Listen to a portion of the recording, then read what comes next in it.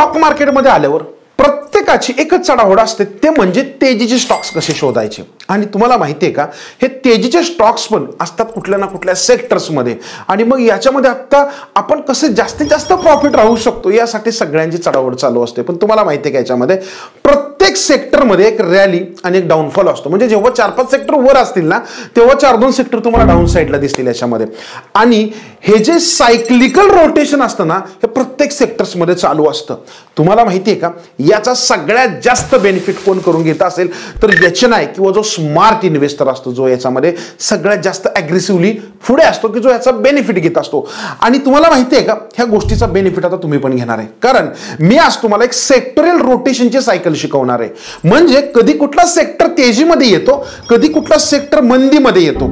आणि लक्षात ठेवा, याचा वापर करून आपण बॉटमला सेक्टर कॅच करू शकतो आणि टॉपला बाहेर पडू शकतो. ही जी काही स्ट्रॅटेजी आहे, ओके, याचा वापर तुम्ही करू शकता. आणि तुम्हाला पण बऱ्यापैकी आता जे काही स्टॉक तुम्ही कॅच करताय ते त्याच्यापेक्षा चांगल्या लेवलला कॅच करता येतील. मग चला सुरू करूया व्हिडिओ. सगळा डिटेलमध्ये पहा, काहीतरी नवीन वेगळं मी आज तुमच्यासाठी ते घेऊन आलेलो आहे. सेक्टोरियल रोटेशन काय असतं, कसं पाहिजे, सेक्टर्स कुठले वर जाणार, कुठले खाली जाणार. नमस्कार मित्रांनो, मी शंभूराज खामकर सहर्ष स्वागत करतोय आपल्या सर्वांचं आजच्या ह्या स्पेशल व्हिडिओमध्ये. तत्पूर्वी चॅनलला सबस्क्राईब केलं नसेल क्विकली सबस्क्राईब करा, बेल आयकनला प्रेस करा. आणि महत्त्वाची गोष्ट, तुमच्यासाठी मी बऱ्याच कम्युनिटी बनवलेल्या आहेत, जिथे मी वरच्यावर काही वेबिनार्स घेत असतो. त्याची लिंक पण खाली दिलेली आहे. बिंदास जॉईन करा, तिथे नवीन काहीतरी फ्रीमध्ये शिकायला मिळेल. ओके मित्रांनो, आजचा टॉपिक मला का काढू वाटला, याच्यामध्ये बऱ्याच वेळेला बघा मार्केट तेजीमध्ये असतं, आपण इन्व्हेस्टमेंट करतो आणि त्याच्यानंतर बरेच जण त्याच्यामध्ये ट्रॅप होऊन जातात त्याच्यामध्ये.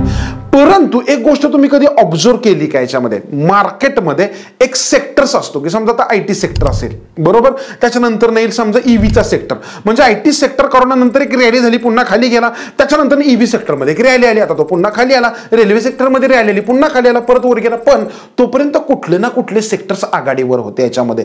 आणि ह्यामध्ये एक चांगला कसा पैसा बनवायचा ना, याच्यामध्ये आपल्याला फोकस करायचा आहे. तुम्हाला माहिती आहे का, एक सर्वसामान्य सायकल लक्षात ठेवून घ्या, त्याला म्हणतात. आता हे का होत असतं त्याची पहिली गोष्ट सांगतो. एक गोष्ट तुम्हाला माहिती आहे का, मार्केटमध्ये ना, की तर समजा एखादा स्टॉक वर जाणार का खाली जाणार, आता हे डिपेंड असतं मोस्टली भारतीय इकॉनॉमीवर. म्हणजे इकॉनॉमिकल गोष्टी कुठल्या असतील, जीडीपीचा डेटा असतो, बरोबर, त्याच्यानंतर इन्फ्लेशन येतं, त्याच्यानंतर जीएसटीचा डेटा असतो, ओके, किंवा याच्यासारखं बजेट वगैरे जे आपल्या मार्केटमध्ये येत असतं, किंवा आरबीआयचे रेपो रेट्स वगैरे. म्हणजे ही असते मेन कंडिशन. आणि याच्यामध्ये जे काही चेंज होतात त्यानुसार स्पेसिफिक सेक्टरमध्ये फॉल येईल किंवा रॅली येईल. म्हणजे सगळ्यात आधी असते तुमची इकॉनॉमी. क्लिअर, इकॉनॉमीमध्ये जे काही होणार त्याचं रिफ्लेक्शन तुमच्या स्टॉक मार्केटमध्ये पडणार आहे.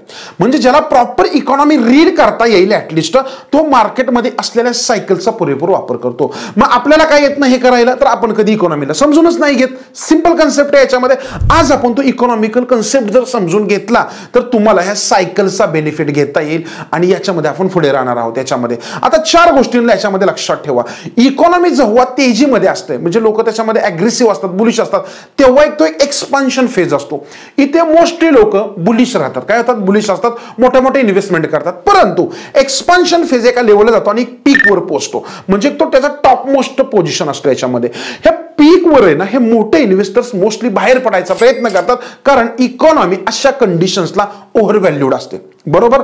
आणि यानंतर चालू होतं कॉन्ट्रॅक्शन. म्हणजे मार्केटमध्ये जो आपण रिसेशन करेक्शनचा पार्ट असतो तो आपल्याला त्याच्यामध्ये चालू होतो. आणि इथे सर्वसामान्य इन्व्हेस्टर पॅनिक व्हायला सुरुवात होते. का, तर त्याने तेजीमध्ये वरच्या लेवलला इन्व्हेस्टमेंट केलेली असते आणि त्याला आता कळत नाही आता काय करावं. आणि मार्केट त्याच्यानंतर एका थ्रोमध्ये जातं. म्हणजे एक बॉटम लेवल असते इकॉनॉमीची, की जिथे इकॉनॉमी पुन्हा एक सेटल डाऊन होत असते. का, तर अशा कंडिशनला ज्या पण पीकच्या वेळी डिमांड हाय असतात, त्या डिमांड लो झाल्या की मार्केट काय जातं, कॉन्ट्रॅक्शन मध्ये जातं.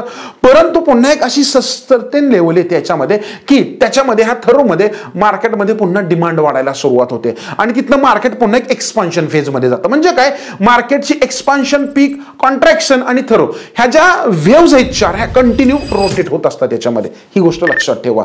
पण आपण थरोमध्ये म्हणजे बॉटमला आपण कधीच इन्व्हेस्ट करत नाही, कारण आपण नेहमी पॅनिक असतो. तेव्हा आपल्याला वाटत असतं तर मार्केट इथून पुन्हा खालच्या साईडला जाणार. मग एक्सपान्शन फेज आधी समजून घ्या. एक्सपान्शन फेज अशी असते की ज्याच्यामध्ये तुम्हाला इकॉनॉमीमध्ये नवनवीन गोष्टी काय घडतात ह्याची बातमी येत असते. गव्हर्नमेंट काहीतरी चेंजेस करेल, बरोबर. त्याच्यानंतर तुम्हाला जाणवेल की प्रत्येक कंपन्यांची प्रोडक्टिव्हिटीच्या आकडे, प्रोडक्शनच्या आकडे, एक्सपोर्टच्या आकडे हे नेहमी वाढताना दिसतील. ह्याचा अर्थ समजून घ्यायचा की इकॉनॉमी एक्सपांड होतीये. लक्ष द्या. ओके, खूप महत्वाची गोष्ट सांगतोय तुम्हाला मी. हे हजारो लाख रुपयांचे कोर्स दिलेल्यांमध्ये पण शिकायला मिळत नाही. तुम्हाला पण जाणवेल ही गोष्ट. याच्यामध्ये एक्सपान्शन फेज मध्ये सगळंच वाढत असतं, जिथे मोस्टली सगळेच लोक बुलिश असतात, इच अँड एव्हरीवन याच्यामध्ये. परंतु इकॉनॉमी जेव्हा एक्सपांड होते त्याच्यानंतर त्याला एक अशी स्टेज येते की समजा मागील 4 महिने, 5 किंवा 5 क्वार्टर, 6 क्वार्टर हे जे एक्सपांड झालेलं असतं कंपनीचं प्रोडक्शन, प्रॉफिटच्या आकडे, ते त्यांना सस्टेन करणं शक्य नाही होत, कारण तो या पटीत सेल्स वाढला पाहिजे. मग तो एका लेवलला सस्टेन होतो. जेव्हा तो सस्टेन होतो, वाढत नाही, याचा अर्थ समजून घ्यायचं इकॉनॉमी आता पीकला आहे. लक्षात ठेवा.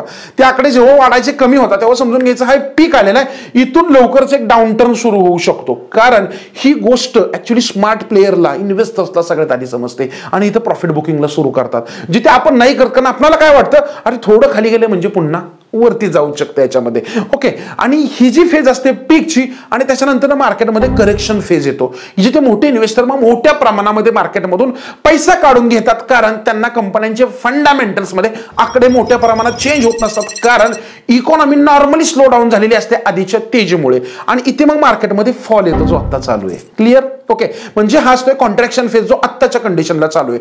पण हा बऱ्याच वेळेला कंटिन्यू केवढा राहतो, जेव्हा इकॉनॉमिकल ऍक्टिव्हिटीज काही मोठ्या पॉझिटिव्ह घडतच नाहीत. म्हणजे बऱ्याच वेळेला हा जो डाऊनफॉल आहे, हा जो रिसेशन टाइम आहे, हा कॉन्ट्रॅक्शन फेज आहे. इथे जर गव्हर्नमेंटने काही पॉझिटिव्ह ऍक्टिव्हिटी नाही घेतल्या, अशा कंडिशनला इकॉनॉमी किंवा करन्सी वीक होत असेल, जीडीपीचे आकडे वीक येत असतील, जीएसटीचे आकडे वीक येत असतील, लक्षात ठेवा, याचा अर्थ मार्केट अजून फॉल साईडला अजून पडणार आहे. याच्यामध्ये असा एक साधा सिंपल कन्सेप्ट असतो, आणि मग इथून मार्केट अजून अजून पडतो, आणि इथे आपण विकायला सुरुवात करतो. का तर आपण एक टॉप बघितलेला असतो, आणि इथून आपली सायकोलॉजी काम करत नसते, कारण आपल्याला माहितच नसतं असं याच्यामध्ये. आणि याच्यानंतर मग इकॉनॉमी एका थरोमध्ये म्हणजे एका बॉटम लेवलला जाते, आणि पुन्हा तिथे मग कंपन्यांचे जे पण डाऊन झालेले आकडे आहेत ते हळूहळू सुधारायला सुरुवात होते, आणि मग इकॉनॉमी असं समजतात की हळूहळू पीक घेते. इथे डिमांड वाढत असते लोकांची, लक्षात ठेवा.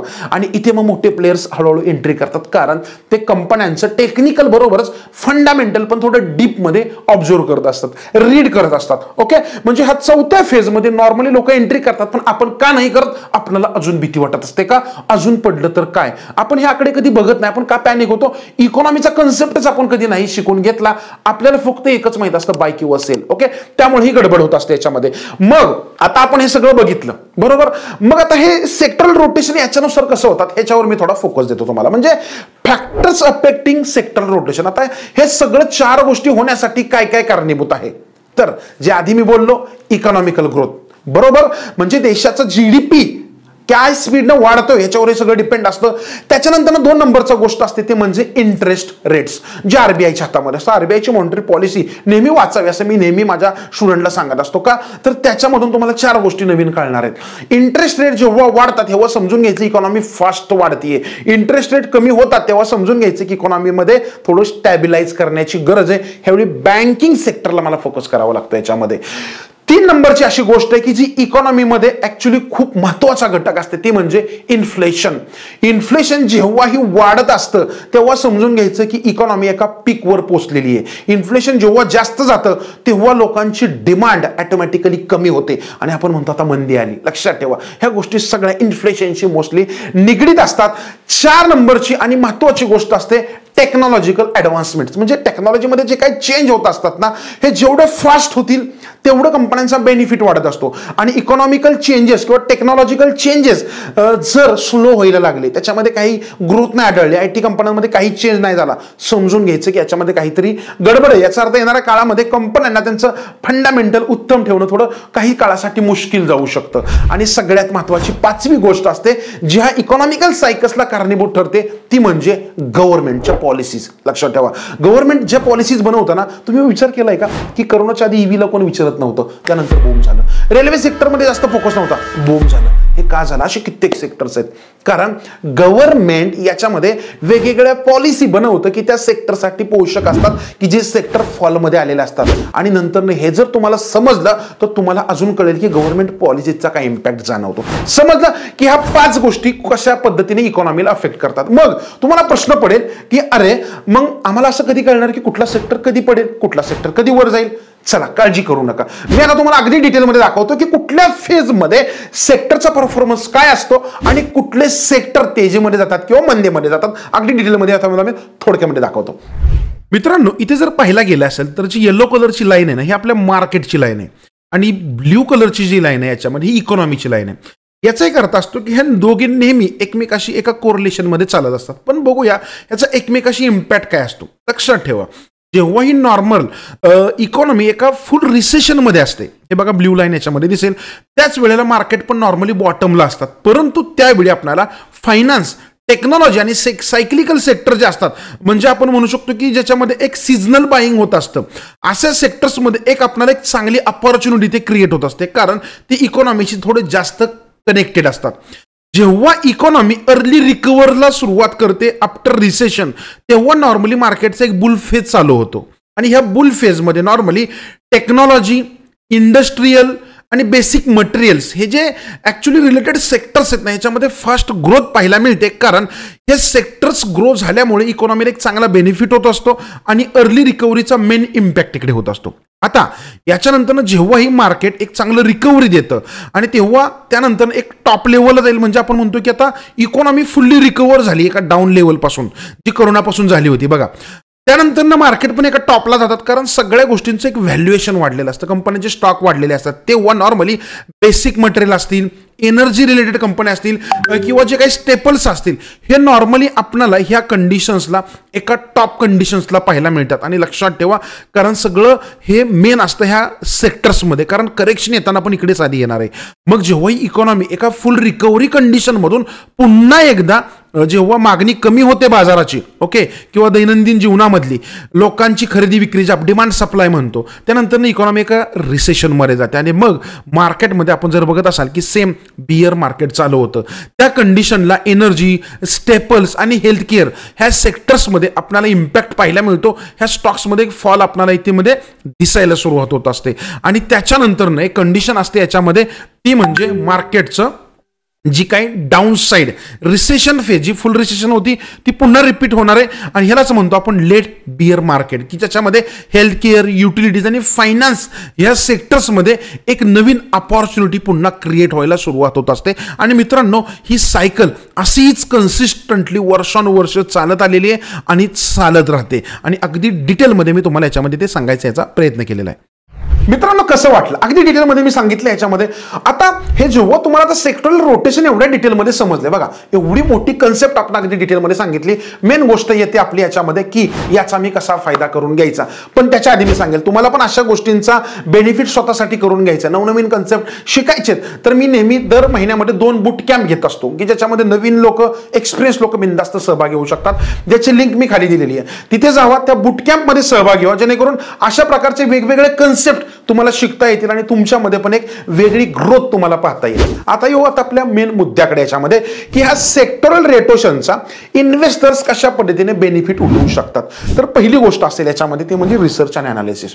तुम्ही अनालिसिस करता, जेव्हाही एखादा सेक्टर करेक्शनमध्ये जाईल तर तेव्हा तुम्हाला याच्यामध्ये काही कंपन्यांचा अभ्यास करता येईल की अरे इथे कुठले पॅटर्न्स बनतायत, इथे कुठले स्टॉक्स, कुठले सेक्टर्स ओव्हरबॉट झोनमध्ये आहेत आणि त्यांचे जर आकडे निगेटिव्ह यायला लागले तर थोडं कोरिलेट करा, जेणेकरून तुम्हाला याच्यामध्ये प्रॉफिट बुकिंग टॉप लेवलला घेता येईल. दुसरी गोष्ट डायव्हर्सिफिकेशन, कारण प्रत्येक वेळीच तुम्ही सगळ्या ट्रेंडिंग सेक्टरमध्ये पैसा लावला ना, तर जेव्हाही सेक्टर पडतील तेव्हा तुमचा पोर्टफोलिओ मोठ्या प्रमाणात डाऊन साईडला जाऊ शकतो. मग तुम्ही अशा पद्धतीने पैसा लावा की ट्रेंडिंग सेक्टर्स पण तुमच्याकडे असतील, जे डाऊनफॉल मध्ये सेक्टर्स आहेत, जे थरोमध्ये आहेत, त्याच्यामध्ये पण मी पैसा ऍड करेल, कारण जेव्हाही वरचे सेक्टर खाली येतील तेव्हा या सेक्टर्समध्ये रॅली येणार आहे. कारण शेवटी हे मोठे लोक पैसा कुठल्या ना कुठल्या सेक्टरमधून काढून घेतील, कुठल्या ना कुठल्या सेक्टर्समध्ये ऍड करतील, कारण शेवटी त्यांना तर नफा पाहिजे, ते काही शांत नाहीत बसणार याच्यामध्ये. त्याच्यानंतर महत्वाची गोष्ट असते टायमिंग. तुम्हाला माहिती आहे का, योग्य वेळ मार्केटची कोणालाच माहित नसते, कोणालाच प्रॉपर टाइम लावता येत नाही, परंतु तुम्हाला कुठल्या वेळी कुठल्या सेक्टरमधून पैसा काढून घ्यायचा हे त्या सेक्टरमध्ये घडत असलेल्या इकॉनॉमिकल चेंजेस वरून समजेल. समजा एखाद्या सेक्टर्समध्ये गव्हर्नमेंट खूप मोठ्या प्रमाणामध्ये ऍक्टिव्ह आहे, पैसा ओतते, तर समजून घ्या ह्या सेक्टरमध्ये मला थोडं थांबलं पाहिजे. एखाद्या सेक्टरमध्ये गव्हर्नमेंट सबसिडी आधी दिल्या होत्या, आता कमी करतंय, याचा अर्थ गव्हर्नमेंटला जी तेजी डेव्हलपमेंट पाहिजे होती ती झालेली, इथे मी थोडं बाहेर पडलं पाहिजे असा एक थोडा अर्थ होतो. त्यामुळे तुम्ही प्रॉपर टायमिंग लावू शकता त्या सेक्टर्सला. आणि महत्वाची गोष्ट फ्लेक्झिबिलिटी. तुम्ही जेव्हा इन्व्हेस्टमेंट करता तुम्हाला एक फ्लेक्झिबिलिटी राहील. समजा आता मी एक बुलिश ट्रेडर आहे किंवा मी अप ट्रेंडचा विचार करतो याच्यामध्ये, बरोबर, तर मी मोस्टली ब्रेकआउट सेक्टर्सवर ज्यादा फोकस करेन, कारण मला डाऊन साईडला नाही करता येईल त्याच्यामध्ये. ओके, जेणेकरून तुम्हाला वेगवेगळे सेक्टर्स तुमच्याकडे काय करता येतील एज अ ट्रेडिंग आणि इन्व्हेस्टमेंटसाठी याच्यामध्ये वापर करता येईल. हे का शिकायचं याच्यामध्ये, तर हा सगळा HNIचा पॅटर्न आहे. हाय नेटवर्थ इंडिव्हिज्युअल्स किंवा DI जे असतात हे कुठे पैसा लावतात, हे मोस्टली इकॉनॉमिकल सायकल नुसार चालतात आणि आपण म्हणतो ते मार्केट चालवतात. ते नाहीत मार्केट चालवत, ते मार्केट चालवतात यापेक्षा त्यांना मार्केट कुठे जाणार हे आधी माहित असताना म्हणून तिथे ते पैसा लावतात आणि त्याच्यानंतर ते चेंज होतात. कारण कंपनीच्या फंडामेंटल पेक्षा ते कुठेच रिस्क घेत नाहीत, कारण ते सगळं एक काय असतं याच्यामध्ये फॉर्म्युलेटेड गोष्ट असते याच्यामध्ये. आणि तुम्ही पण ह्या सेक्टोरल रोटेशनचा प्रॉपर पद्धतीने फायदा घेतला तर तुम्हाला पण मार्केटमध्ये आलेल्या वेव्स समजतील, कुठे करेक्शन येणार, कुठे तेजी येणार. आणि मित्रांनो, हे सगळं सेक्टोरल रोटेशन मी तुम्हाला अगदी थोडक्यामध्ये इथे सांगायचा प्रयत्न केला. आणि मित्रांनो, साहजिक आहे हा खूप एक डीप विषय. तुम्हाला जर असेच कन्सेप्ट डीप मध्ये शिकायचे असतील, कारण हा मी म्हणेल की साधा याचा पार्ट 1 आहे, याच्यामध्ये खूप सारे कन्सेप्ट आहेत जी मी ऍडव्हान्स मध्ये अगदी डिटेलमध्ये शिकवतो, जेणेकरून each and every one deep मध्ये इकॉनॉमिकल अनालिसिस करेल. कारण ज्याला लॉंग रनचा विचार करायचा आहे, मोठा पैसा बनवायचा आहे, त्याला इकॉनॉमी समजलीच पाहिजे. आणि मला आता सांगा बरं, ह्या सेक्टोरल रोटेशन मधून आता तुम्हाला समजेल का की कुठल्या सेक्टर्सवर आता लक्ष ठेवायचं आणि कुठे नाही ठेवायचं. आणि याचबरोबर तुम्हाला काय समजलं आणि काय आवडलं ना, प्लीज मला सांगा, कारण तुमच्या कमेंट्स आणि तुमच्या लाईक्स माझ्यासाठी मोटिवेशन असतं. ह्याच्यातून मी अजून असे नवनवीन व्हिडिओ, इन्फॉर्मेटिव्ह व्हिडिओ आपल्या मराठी भाषेत बनवायला मला प्रोत्साहन मिळेल. त्यामुळे लाईक करा आणि जास्तीत जास्त लोकांपर्यंत शेअर करा. आणि त्याचबरोबर खाली बुटकॅम्पची लिंक दिलेली आहे, तो जॉईन करायला विसरू नका, जेणेकरून अजून ऍडव्हान्स कन्सेप्ट्स, स्ट्रॅटेजीज मी तिथे तुम्हाला शिकवणार आहे. भेटूया असंच इंटरेस्टिंग व्हिडिओचा पुढच्या व्हिडिओजमध्ये. तोपर्यंत धन्यवाद.